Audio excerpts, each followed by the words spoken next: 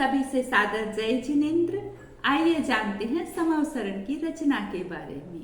अरिहंत भगवान समवसरण में देशना देते हैं। उसमें 3 गढ़ यानी 3 फ्लोर होते हैं। पहला गढ़ सोने का होता है, दूसरा गढ़ चांदी का होता है, तीसरा गढ़ रत्नों का होता है।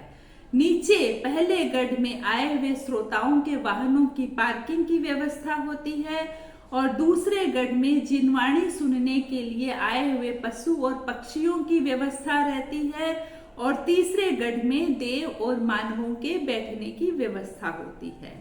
तीसरे गढ़ के बीच में प्रभु से 12 गुना ऊंचा अशोक वृक्ष होता है और अशोक वृक्ष के नीचे स्वर्ण का सिंहासन होता है और स्वर्ण के सिंहासन के ऊपर बैठकर प्रभु देशना देते हैं। रत्न जड़ित पाद पीठ के ऊपर प्रभु पैर रखते हैं।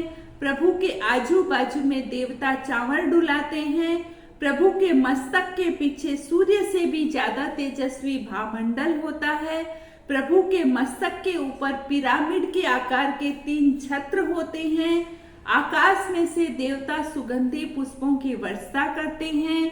प्रभु की देशना प्रारंभ होने से पहले सबको समाचार पहुंचाने के लिए आकाश में से देवता देव दुंदुभी बजाकर नगाड़े बजाकर घोषणा करते हैं।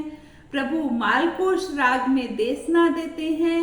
देव वाजिंत्र मंडली प्रभु की देशना में संगीत का सुर पूरा करने के लिए आकाश में दिव्य ध्वनि करती है। पूर्व दिशा में बैठकर अरिहंत प्रभु देशना देते हैं।